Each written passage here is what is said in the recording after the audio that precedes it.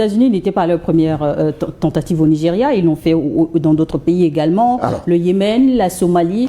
Est-ce que ces États étaient forcément demandeurs? Non, non, personne. Et puis tous les pays que tu cites sont les pays où l'anarchie, le désordre et le terrorisme se sont solidement implantés. Donc, dites-moi le bénéfice de ces interventions. Vous avez donné le cas de la Somalie. Il y a tout en Somalie, sauf même un État. Il n'y a pas d'État. Le Yémen, tu vois ce qui est en train de se passer. Hein? Est-ce qu'ils ont réduit les Yéménites? Non. Aujourd'hui, eux, ils sont encore plus puissants et plus offensifs que jamais.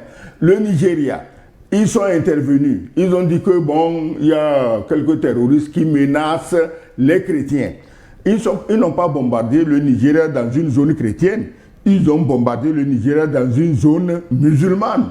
Si on menace les chrétiens, allez bombarder ceux qui sont chez les chrétiens et les menacent. Apparemment, il n'y a personne qui menaçait les chrétiens au Nigeria.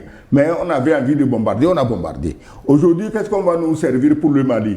On ne peut pas dire qu'au Mali, il y a des terroristes musulmans qui menacent les chrétiens. Le Mali n'est pas chrétien.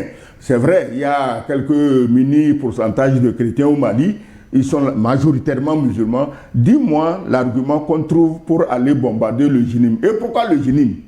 Est-ce que c'est le gouvernement malien qui a dit aux États-Unis que le Jinim est celui qui lui pose le plus de problèmes? Non.